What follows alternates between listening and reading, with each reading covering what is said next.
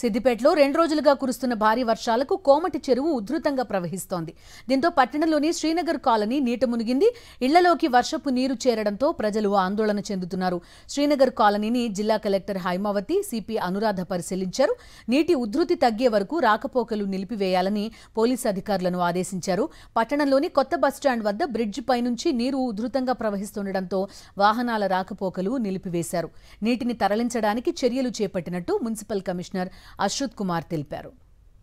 రోజుల నుంచి పడుతున్న భారీ వర్షాల దృష్ట్యా ఏవైతే చెరువులు నిండి పైన ఉన్న చెరువులన్నీ నిండి కోమటి చెరువులోకి వరద పోటెత్తుతుండటం వల్ల కాలనీస్ అన్ని జలమయమవుతున్నాయి. ప్రజలు అప్రమత్తంగా ఉండి వారిని వారు కాపాడుకోవాల్సిందిగా ఈ మీడియా ముఖంగా తెలియజేస్తున్నాను. జాగ్రత్తగా ఉండండి. మీకు ఎటువంటి ఇబ్బంది కలిగినా మాకు ఆల్రెడీ ఎమర్జెన్సీ నంబర్ మేము ఆల్రెడీ ఇచ్చాము, మీకు ప్రెస్ నోట్ ఇచ్చాము.